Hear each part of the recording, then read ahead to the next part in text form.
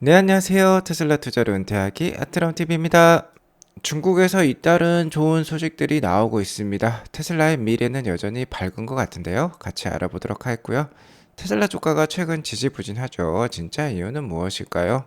3대 지수 현황 먼저 간략히 살펴보고 가도록 하겠습니다. 3대 지수 장 초반에는 좋지 않게 시작했는데요. 장 막판에 크게 말아 올리면서 다우존스는 0.3% 상승, 나스닥은 보합권, S&P 500도 보합권으로 마감을 했습니다. 아무래도 우리 시간 내일 저녁에 소비자 물가 지수 CPI 지수 발표가 있는데요. 이에 대한 우려감과 기대감이 크게 작용하고 있는 것으로 판단이 됩니다. 일단 장 초반에는 경기 침체 우려가 불거지면서 안 좋게 시작했다라고 볼 수 있겠는데요. 지난주 7일에 나온 3월달 고용 보고서가 예상치보다도 좀 낮게 나왔었어요. 비농업 신규 고용 지수가 23만 6천 건 증가하면서 예상치를 하회했고요. 이러한 증가 규모는 2년 3개월 만에 가장 작은 수준입니다. 특히 직전월이었던 올해 2월이 30만 건이 넘었었는데요. 이번에 20만 건대 초반이 나오면서 증가폭이 10만 개 가까이 줄어들었어요. 이러면서 경기 침체 우려감이 크게 들었다라고 볼 수 있겠습니다. 자, 기존에는 악재 호재와였죠. 이렇게 경기가 안 좋다라는 소식이 나오면 미국 연준에서 금리 인상 속도가 줄어들겠다, 금리 인하도 할 수 있겠다라는 이런 기대감 때문에 주가가 올랐는데요. 이제는 어느 정도 미국의 기준금리가 거의 막바지에 이르렀기 때문에 경기 침체와 관련된 우려감이 더욱더 시장에 크게 작용하는 것으로 판단이 되고요. 이제는 악재는 좀 악재로 받아들이는 모습이다라고 볼 수 있겠어요. 그러니까 오늘은 긍정론과 부정론이 동시에 작용을 하면서 오늘 보합권에서 마감했다라고 볼 수 있겠는데요. 긍정론으로 따지자면 연준의 기준금리 인상이 막바지에 이르렀기 때문에 이제 더 이상 강력한 긴축은 없을 것이라는 긍정론이 있고요. 이에 반면 최근에 실리콘밸리 은행 사태까지 더해지면서 금융권 위기까지 더해지면서 급격한 침체가 올 수 있다는 부정론이 오늘 동시에 작용했다라고 볼 수 있겠어요. 내일 저녁에 발표될 CPI 지수의 예상치는요 5.1% 수준으로서 전월인 6%보다는 낮아질 것으로 기대를 하고 있지만 간밤에 발표되었던 뉴욕 연은이 발표한 향후 1년 기대 인플레이션 중간값이 4.7%가 나오면서 전월 대비 상승한 모습이 나온 건 좀 우려 요인이라고 볼 수 있겠습니다. 현재 유가는 80불대 저항선에 닿으면서 계속해서 한 1, 2주 정도 70불대 후반 정도를 보여주고 있고요. 10년물 국채는 다소 상승한 3.4%로 오늘 마감을 했는데 계속해서 3%대 초반에서 그래도 안정화된 모습을 보이고 있다고 볼 수 있겠습니다. 오늘 아래쪽에 위치한 다우지수 관련 종목들은 괜찮은 모습이었고요. 오늘 나스닥을 떠받친 거는 반도체 주식들이었습니다. 반도체 주식만 이렇게 녹색빛을 띠고 있는데요.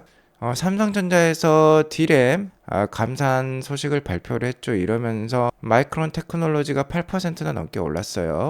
감산 소식에 따라서 D램 가격이 올라갈 수 있다, 반도체 가격이 올라갈 수 있다는 그런 기대감이 오늘 나스닥 지수를 떠받쳤다라고 볼 수 있겠습니다. 나스닥이 이렇게 크게 말아 올리는 오늘 모습을 보여주면서 12,000선을 지켜냈는데요. 자, 이에 따라서 오늘 다소 하락하는 보합권의 모습을 보여주었지만 역시 양봉의 모습을 보여주면서 아직까지는 매수세가 살아있는 모습을 보여줬고요. 오늘은 반도체가 살린 하루라고 볼 수 있겠어요. 5월 3일에 다음 FOMC 회의가 있는데요. 그 전까지는 어느 정도 12,700 이상에서 좀 횡보할 듯한 모습을 많이 보일 것으로 판단이 됩니다.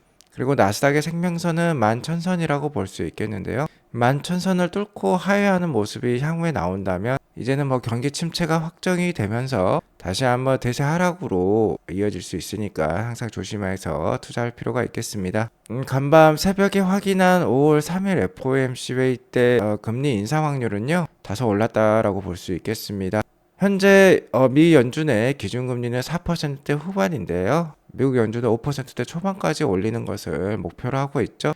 자, 가면 갈수록 그게 현실이 되고 있는 것 같아요. 그러면서 현재는 베이비 스텝 즉 0.25%포인트 금리 인상할 확률이 5월 3일에 인상할 확률이 71.7%까지 올라왔어요. 자, 이에 따라서 금리 동결 확률은 내려갔겠죠. 금리 동결 확률은 28.3%를 보이고 있습니다. 자, 그러니까 금리 인상이 한 차례 더 남았다라고 볼 수 있겠어요. 그 다음에 6월 달에도 FOMC 회의가 있는데 6월은 금리 동결을 하고요. 7월부터는 금리 인하에 들어갈 수도 있다는 게 시장의 컨센서스입니다. 다만 연준의 파월 의장은 올해 연내에는 기준금리 인하가 없을 것이다라고 못을 박은 적이 있습니다. 그렇기 때문에 이게 시장의 컨센서스가 이렇다고 해서 꼭 이게 확실하다고만은 볼 수는 없겠어요. 아무래도 내년에는 확실히 금리 인하에 들어갈 것 같지만 올해는 아무래도 금리 인하 확률에 관련해서는 좀 반신반의하는 그런 상황이다라고 볼 수 있겠습니다. 다만 이런 상황에서 정말 연준이 한 7월 달이나 뭐 9월 달부터 갑자기 금리 인하에 들어갔다라고 하면 한 차례 주가가 크게 반등할 수도 있으니까요. 그 점은 좀 참고할 필요가 있겠습니다. 아무튼 테슬라 투자자 입장에서는 중요한 발표가 이제 두 차례 남았는데요. 내일 저녁에 있을 미국 CPI 지수 발표가 있고 다음 주 뭐 우리 시간으로는 목요일이 될 것 같은데요. 테슬라 1분기 실적 발표가 되겠습니다. 오늘 테슬라는 0.3% 하락한 184.51불로 마감을 했는데요. 계속해서 좀 지지부진한 모습이죠. 제가 말씀드렸다시피 한 185불에서 205불 사이에 박스권일 가능성이 높겠다라고 말씀을 드렸는데요. 그래도 전일에 이어 오늘도 양복이 나오면서 아직은 저가 매수세가 좀 살아있는 듯한 모습을 보여주고 있습니다. 단기적으로는 주가가 약세를 보이고 160불대까지도 하락할 수 있으니까 조심해서 투자하시기 바라겠고요. 아무래도 실적 발표가 있을 4월 19일, 4월 20일 이 전까지는 계속해서 이렇게 횡보하는 모습이 많이 나올 것으로 판단이 됩니다. 아무래도 최근 테슬라 주가가 지지부진한 이후에는요. 1월 달부터 있었던 가격 인하가 계속 지속이 되고 있고 생각보다 그 가격 인하에 따른 매출 확장세가 크지 않은 것 같다라는 우려감이 있는 것으로 판단이 됩니다. 이에 따라서 1분기 실적이 가격 인하에 따라서 상당히 좀 빠지지 않을까라는 우려감이 크다라고 볼 수 있겠는데요. 일단 지금 보시는 차트는 미국의 재고 상황이다라고 볼 수 있겠는데요. 최근에 모델 3Y 가격을 또 1000불에서 2000불 인하한 테슬라인데 재고 상황이 급격히 나빠진 것으로는 보이지는 않습니다. 아무래도 생산량 급증에 따라서 비용이 감소할 수 있죠. 생산량이 증가하면 대당 고정비, 대당 제조 원가가 작아질 가능성이 높으니까 이런 것들을 반영해서 가격 인하를 하지 않았나라고 생각을 하고요.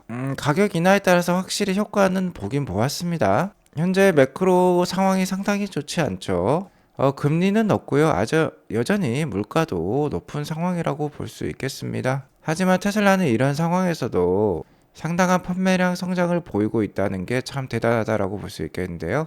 테슬라 차이나 내수 판매량이 확정이 됐어요. CPCA에서 발표를 했는데 중국 내수 판매량이 7만 한 7천 대까지 나왔습니다.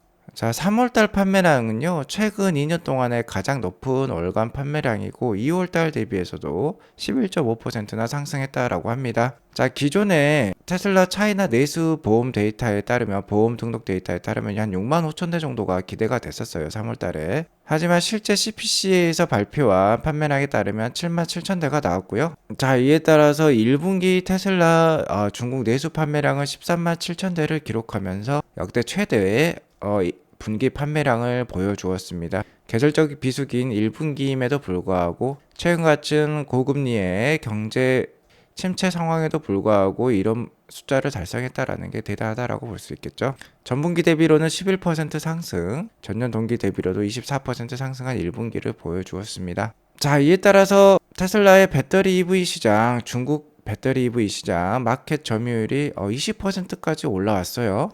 최근 가격 인하에 따른 치킨 게임에 돌입한 중국 내수 배터리 EV 전기차 시장이라고 볼 수 있겠는데 점점 승자는 테슬라로 굳어지는 모습입니다. 자, 이런 상황에서 테슬라는 자동차 시장뿐만 아니라요, ESS죠. 에너지 저장 장치 사업까지 이제는 중국에 발을 뻗으려고 하고 있습니다. 현재 ESS 설비를 생산하는 메가팩토리를 생산하는 공장이죠. 메가팩토리는 미국 캘리포니아 레스로프라는 곳에 한 곳이 있는데요. 이제는 중국에도 새로운 메가팩토리를 건설한다라고 발표를 했습니다. 여기 보시면 이제 중국 정부와 테슬라 차이나 간의 이런 사인식이 있었는데요. 이에 따라서 메가팩토리 상하이는 건설이 올해 3분기부터 시작될 예정이고 실제 메가팩 생산은 내년 2분기에 시작될 것으로 지금 나오고 있습니다. 테슬라는 현재 중국 정부와 돈독한 관계로 중국에서 눈부신 성장을 달성해내고 있는데요.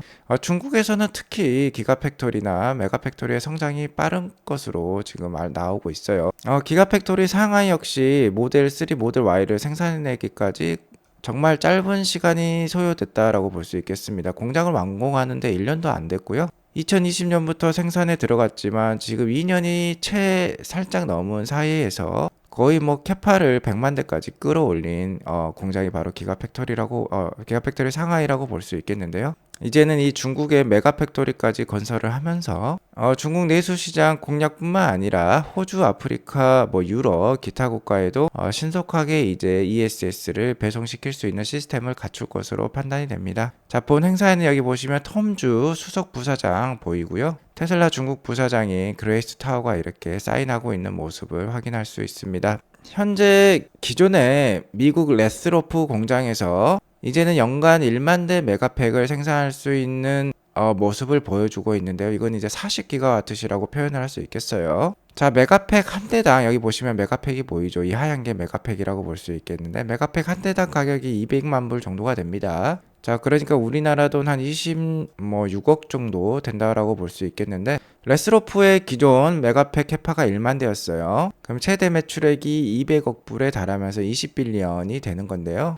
자, 20빌리언이면 테슬라 한 개 분기 매출액이라고 볼 수 있겠습니다. 테슬라가 가장 최근에 그러니까 작년 4분기에 기록한 매출액이 24빌리언이었는데요. 이것에 준하는 매출액이 바로 메가팩 공장 한 개의 매출액이라고 볼 수 있겠습니다. 자, 순이익률 20%를 가정하면 4빌리언이 되는 거죠. 5.2조 원 정도의 순이익을 만들어낼 수 있고요. 현재 한 개 분기 순이익이 작년 4분기 기준으로는 3.69빌리언 정도니까 정말 메가팩 한 개 공장이 이제는 테슬라 한 개 분기에 해당하는 그런 수익을 만들어낼 수 있겠다라고 볼 수 있겠어요.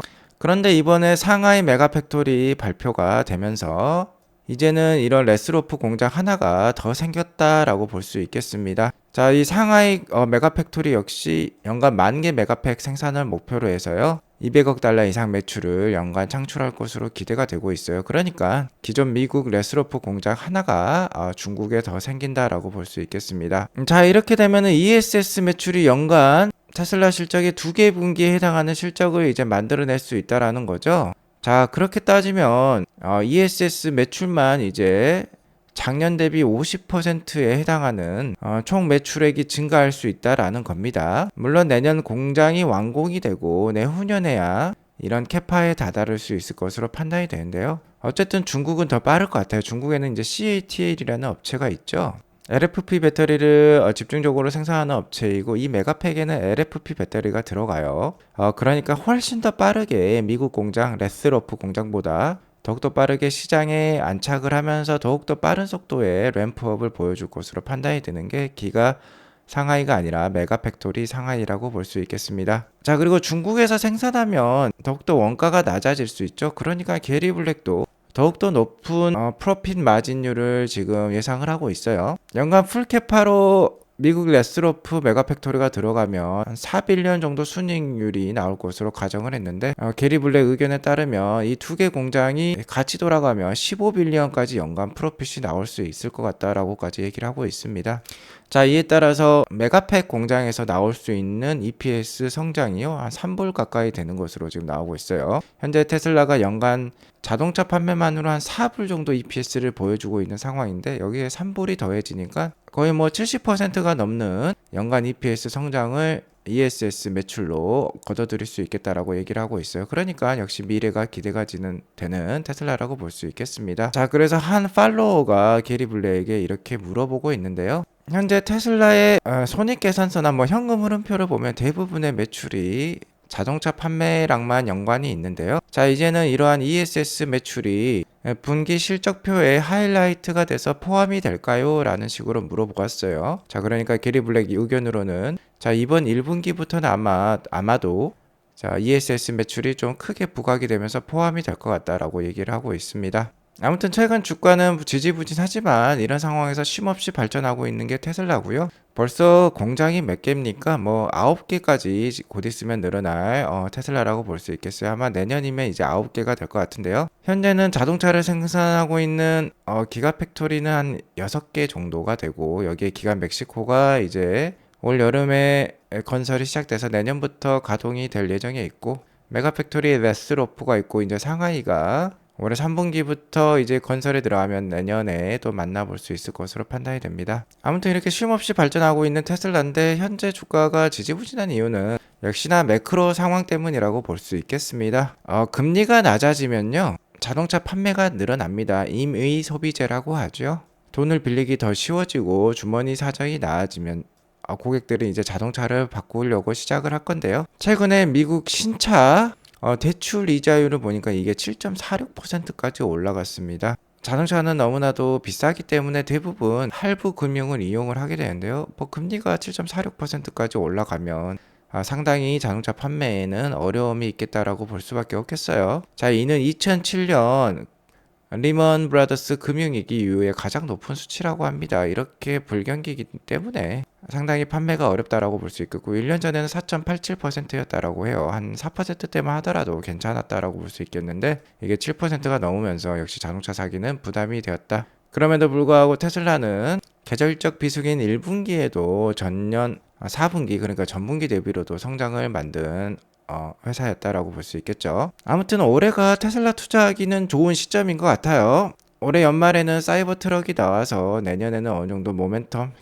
주가 상승 모멘텀을 받을 수 있고요. S&P 500 기준으로 연간 주가 상승률을 보면요. 지난 2007년부터 올해까지 이렇게 4차례의 큰 폭의 하락이 있었는데 하락이 있었던 그 다음에는요. 대부분 상승으로 마감을 했어요. 모두 상승으로 마감을 했고 현재도 지금 2021년에 19.4% 하락을 했지만 7% 상승률을 보여주면서 이러한 법칙이 지금 지켜지고 있다라고 볼 수 있겠습니다. 더욱더 주목할 점은요. 하락이 있은 다음에 상승이 있었죠. 그 다음에도 상승이 있었다라는 겁니다. 자, 2009년에서 2010년 넘어갈 때도 마찬가지고요. 2016년에서 반등을 기록한 다음에 2017년에도 상승을 보여주었었어요. 2018년에도 하락을 했지만 2019년에 상승을 보여줬고 그 다음이었던 2020년도 상승을 보여주었습니다. 자, 이런 것을 보면은 내년에도 미국 주식이 좀 상승할 수 있을 것 같고요. 그리고 내년에는 바야흐로 사이버 트럭이 본격적으로 대량 양산이 되면서 판매가 될 예정이 있기 때문에 테슬라 주가 역시 좀 반등을 보일 가능성이 높다라고 볼 수 있겠습니다. 자, 그러니까 테슬라 투자 계속해서 이어가실 필요가 있겠습니다. 오늘 이것으로 방송을 마치겠고요. 오늘 방송이 도움이 되었으면 구독과 좋아요 알람 설정 꼭 눌러주세요. 오늘도 좋은 하루 되시기 바라겠습니다. 감사합니다.